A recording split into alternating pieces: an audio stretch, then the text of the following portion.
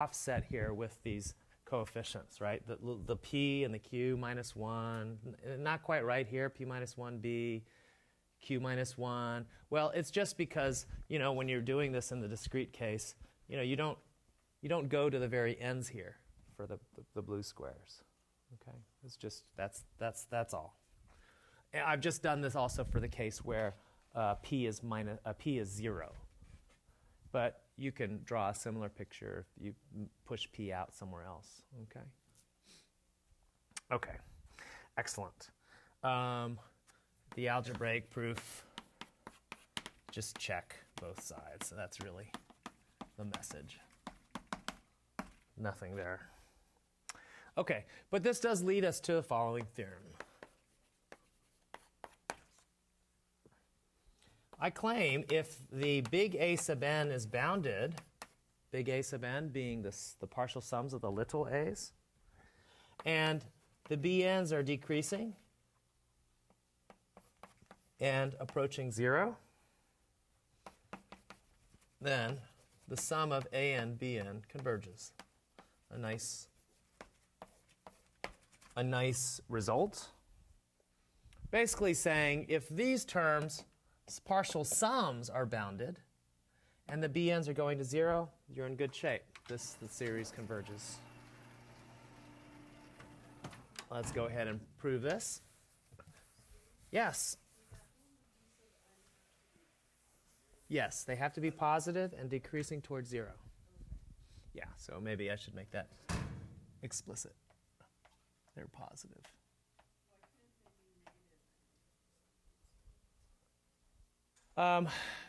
There's no reason why they couldn't. I mean, you get the same result.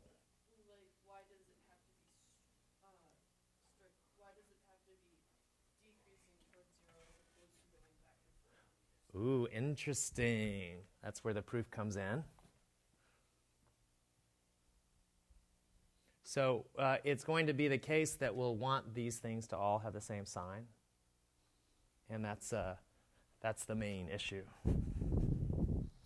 So let's just write out again the proof idea.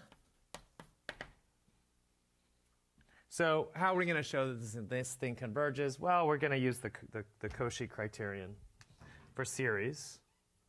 So let's suppose the partial sums are all bounded by big M.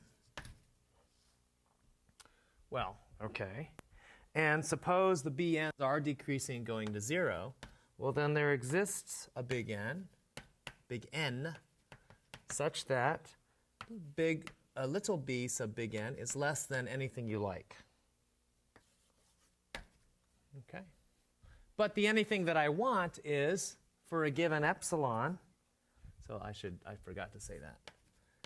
Given epsilon bigger than 0, let's say that bn is less than, past some point, it's less than epsilon over 2m. It turns out to be what I need. Well, then for p and q bigger than n, and let's make q bigger than p, bigger than n. Well, let's look at this sum here. I'll call this sum, I haven't seen triple smiley in a while. Triple smiley. Let's bound triple smiley.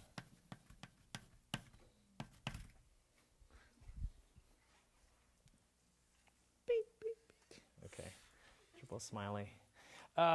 It's kind of like that fish on The Simpsons that goes blink, blink, blink. Okay, well, let's see. So triple smiley has 3 terms, right? Well, it's got this sum and this crud and this crud, right? Yeah, but do you see that the fact that the A sub n's are bounded means that this portion could be bounded by big M, and big M. Right? So what you find here is basically something like the following. I can pull this out, and there's a sum of a Bn minus Bn plus 1. There's a Bp, there's a Bq. And I think I can make all these like so. And here's the part where we use the fact that these things are all bigger than 0 so that I can break everything up.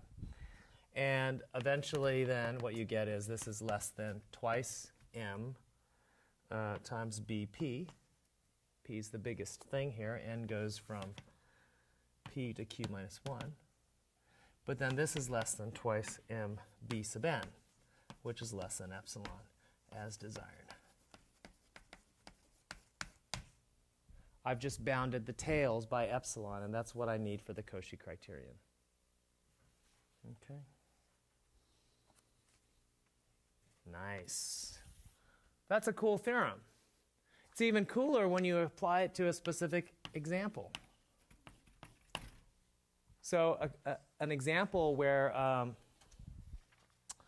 the bn's decrease and the an's are bounded are the following. Suppose I have a bunch of c's that are decreasing. So C1 is bigger than C2 is bigger than in absolute value. And suppose that the c's are alternating in sign. The ci's are alternating in signs. But their absolute values are decreasing. Well, the claim is that the sum of the CNs converge.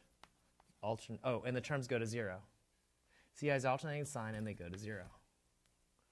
Then a claim is the C sub n's converge. Then the C sub n's converge. So this is the alternating series test. Terms go to 0. They're alternating sign. They have to converge. Well, it follows very easily here. Why? Our proof, we basically just uses, for a's and b's, we'll just let an be the alternation minus 1 plus 1. Its partial sums are basically 1s and 0s, so it's bounded. And for the bn's, we'll just use the absolute values of the cn's. Done. Okay? Very nifty. So what have we done with lots of these things? We're using the Cauchy criterion and comparing, well, those were comparisons with the geometric series. This was just cutting things up a slightly different way, and summation by parts became helpful, and we're able to get these results as well. Okay, very, very cool. Very nice.